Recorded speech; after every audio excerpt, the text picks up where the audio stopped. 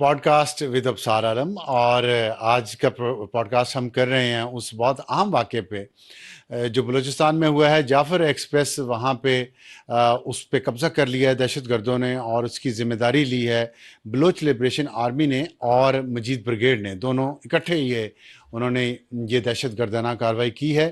اور اس جعفر ایکسپریس کوئٹہ سے پشاور جا رہی تھی. سبی کے قریب ایک ٹنل نمبر 8 جو آتی ہے اس کے اندر انہوں نے اس پہ فائرنگ کی اور اس کو روکا اور پھر پٹری اڑا دی. اور بہت ہی تشویشناک صورتحال ہے وہاں پہ، اور بہت ہی عجیب و غریب قسم کی خبریں آ رہی ہیں. 500 مسافر اس میں سوار ہیں جو کوئٹہ سے پشاور جا رہے تھے، اور اس میں ظاہر ہے قانون نافذ کرنے والے اداروں کے لوگ بھی ہیں جو چھٹیوں پہ تھے، ان کی فیملیز بھی ہیں. تو یہ ایک بہت بڑا واقعہ ہے، لیکن آپ دیکھ رہے ہوں گے کہ مین سٹریم ٹی وی چینلز اس کو نہیں دکھا رہے. حالانکہ اس پہ تھوڑی توجہ ہونی چاہیے، اور حکومت کو بھی چاہیے کہ وہ لیٹسٹ جو اس کی تفصیلات ہیں وہ لوگوں تک پہنچائے، کیونکہ اتنے مسافر ہوں جس میں ان کے اتنے رشتہ دار ہیں. پورے ملک میں ایک تشویش کی لہر ہے، افواہیں جنم لے رہی ہیں. اور ہم دیکھ رہے ہیں کہ پچھلے کچھ دنوں سے بلوچستان اور خیبر پختونخوا میں ایک جنگی صورتحال ہے. ٹی ٹی پی کی وجہ سے، بلوچ لبریشن آرمی کی وجہ سے، بلوچ سیپریٹسٹ دوسرے جو ہیں، مجید بریگیڈ ہے، منیر اکرم جو پاکستان کے یونائٹڈ نیشن میں مستقل نمائندے ہیں، انہوں نے کل ہی یونائٹڈ نیشن میں یہ بیان بھی دیا ہے کہ یہ دونوں خطرناک تنظیمیں ٹی ٹی پی اور بلوچستان لبریشن آرمی اور مجید بریگیڈ، ان تینوں کو انہوں نے نام لے کے کہا ہے کہ یہ پاکستان میں، نہ صرف پاکستان میں بہت زیادہ دہشت گردانہ کارروائیاں کر رہی ہیں، بلکہ یہ خطے کے امن و امان کی صورتحال کے لیے خطرہ ہیں. کیونکہ افغانستان کے طالبان کے اندر بہت ساری دہشت گرد تنظیمیں پوری دنیا سے موجود ہیں، اور ایک چھتری بنتا جا رہا ہے. تقریباً 20 گروپس ہیں افغانستان کے اندر دہشت گردوں کے، جن کو افغان طالبان کی حکومت چھتری پرووائڈ کر رہی ہے. اور پھر اس کے علاوہ جو ٹی ٹی پی کا گروپ ہے وہ سب سے بڑا 6000 اس کی تعداد ہے. تو اس کے ساتھ ساتھ یہ سرحدوں پہ جو تورخم بارڈر پہ جھڑپ ہوئی ایک چوکی بنانے پہ، اور جس کے بعد بارڈر بند کر دیا گیا تھا، وہاں صلح ہوئی ہے. پاکستان کی جرگہ دونوں طرف سے ملا ہے اور انہوں نے اس مسئلے کو حل کیا ہے، اور انگور اڈا کا بارڈر کھولا گیا ہے. لیکن ہم دیکھتے ہیں کہ ادھر ذرا سا سکون ہوا ہے تو ادھر بلوچستان میں ایک حملہ ہو گیا.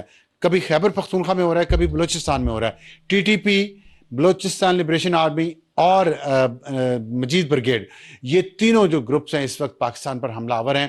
اور اتنی شدید تشویشناک صورتحال ہے کہ پنجاب میں ہائی الرٹ ہے اس وقت، اور پنجاب میں کئی بار کوشش کر چکے ہیں ٹی ٹی پی کے دہشت گرد داخل ہونے کی اور کارروائیاں کرنے کی پچھلے کچھ دنوں میں.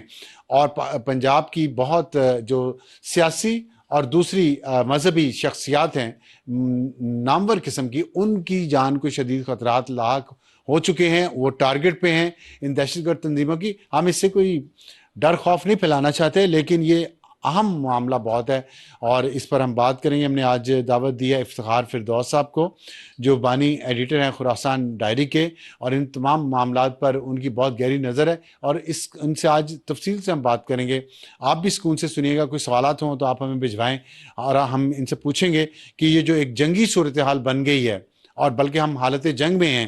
خیبر پختونخوا میں ایک جنگ جاری ہے، ایک بلوچستان میں جنگ جاری ہے دہشت گردوں کے خلاف، اور اب پنجاب کو اس میں شامل کیے جانے کی کوشش ہو رہی ہے.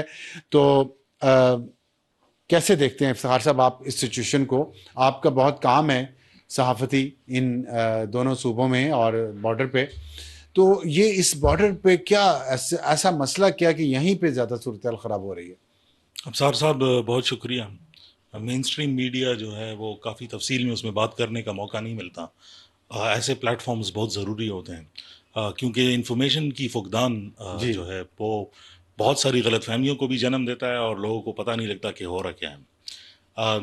جو آج جو واقعہ ہوا ہے، افسوسناک واقعہ، ابھی تو یہ شروع ہے اور جاری ہے. جعفر ایکسپریس اگر ہم دیکھ لیں تو ہم اس پہ کچھ ریسرچ کر رہے تھے، کیونکہ یہ پہلا اٹیک نہیں ہے جعفر ایکسپریس پر.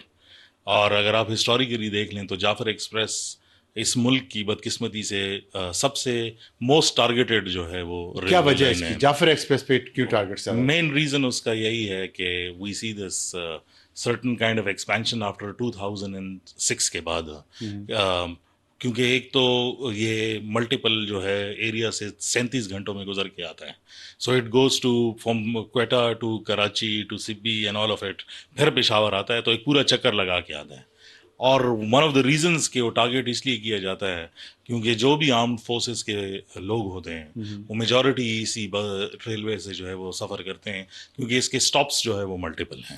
اچھا، تو بدقسمتی سے آج کا واقعہ بھی ٹرانسفر بھی جن کی ہونی ہے، پوسٹنگ ہونی ہے، سب اس یہی ٹرین میں پوری rules ہیں. فیملیز میں سامان سمیت بیٹھیں گے، اور اگر انہیں کراچی پوسٹنگ ہے یا سبی ہے یا ملتان ہے یا پشاور ہے تو جی وہ راستے میں اترتے آئیں گے. بالکل ایسا تو ہی ہے. اس لیے یہ جو جعفر ایکسپریس ہے یہ ٹارگٹ ہے ٹارگٹ ان رہتی دہشت گرد تنظیموں کا. بالکل ہمیشہ تو سے. کیا پھر اگر یہ آپ کو پتہ ہے اور ایک کامن سینس کی بات ہے تو ہمارے سیکورٹی اداروں کو نہیں یہ پتہ اس کے لیے کوئی اسپیشل سیکورٹی ارینجمنٹ کیا گیا ہو؟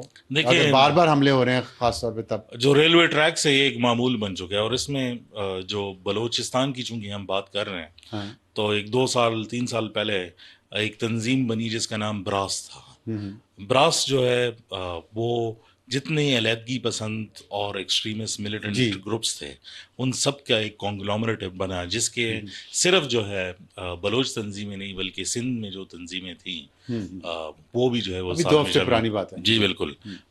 تو یہ ریلوے ٹریکس اڑانا اور ان کو ٹارگٹ کرنا جو ہے یہ ایک معمول کی روٹین جو ہے وہ بن چکی تھی.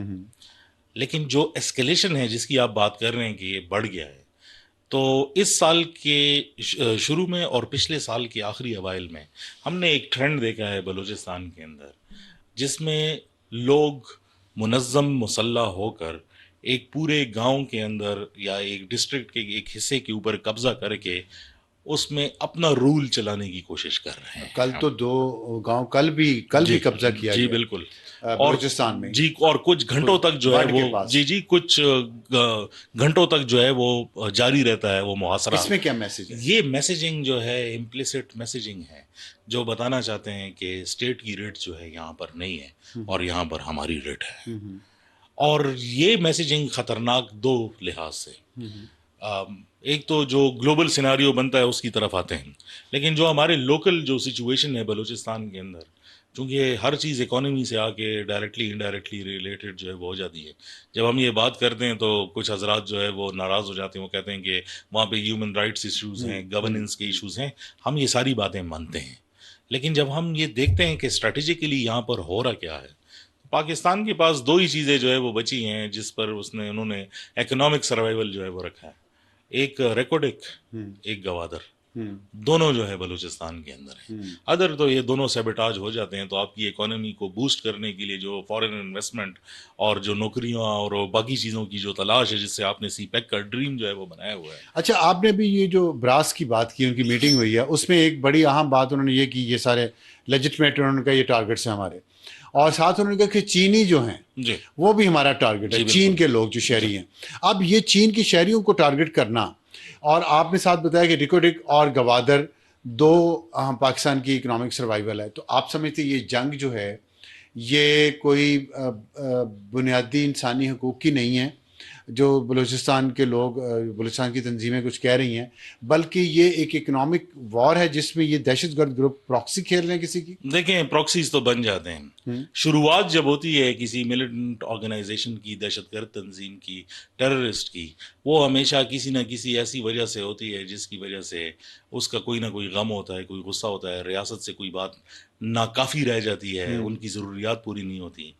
اور جب ایک دفعہ انارکی پھیل جاتی ہے تو پھر اس میں ہر کوئی اپنا حصہ ڈالتا ہے. اور پاکستان کے دشمن تو بہت ہیں کیونکہ پاکستان نے بھی سب کے ساتھ جو ہے کچھ نہ کچھ جو ہے وہ ضرور کیا ہے، سچی بات کرنی چاہیے.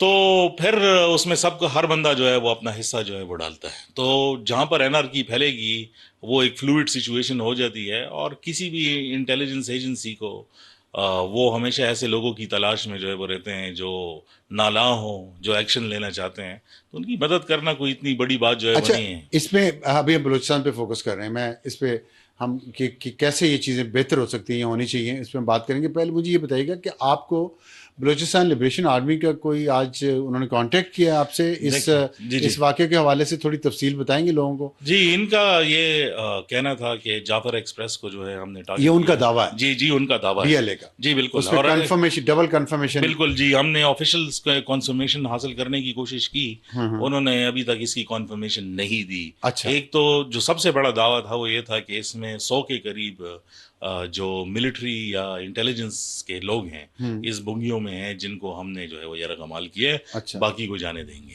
ٹھیک ہے, دیٹ از یہ ایک انہوں نے دعویٰ کیا, باقیوں کو جانے دیں گے, باقیوں کو جانے دیں گے, 500 میں سے 400 کو جانے دیں گے, جی, جانے 100 دیں ملٹری گے. سے.